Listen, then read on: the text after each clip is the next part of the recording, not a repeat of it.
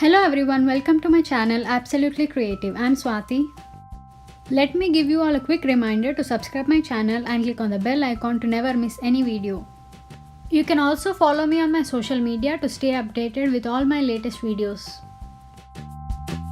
We are now successfully into our 10th episode of the new series Summer Camp for Kids 2018.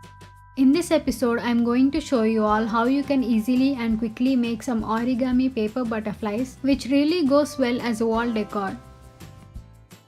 So let's get started.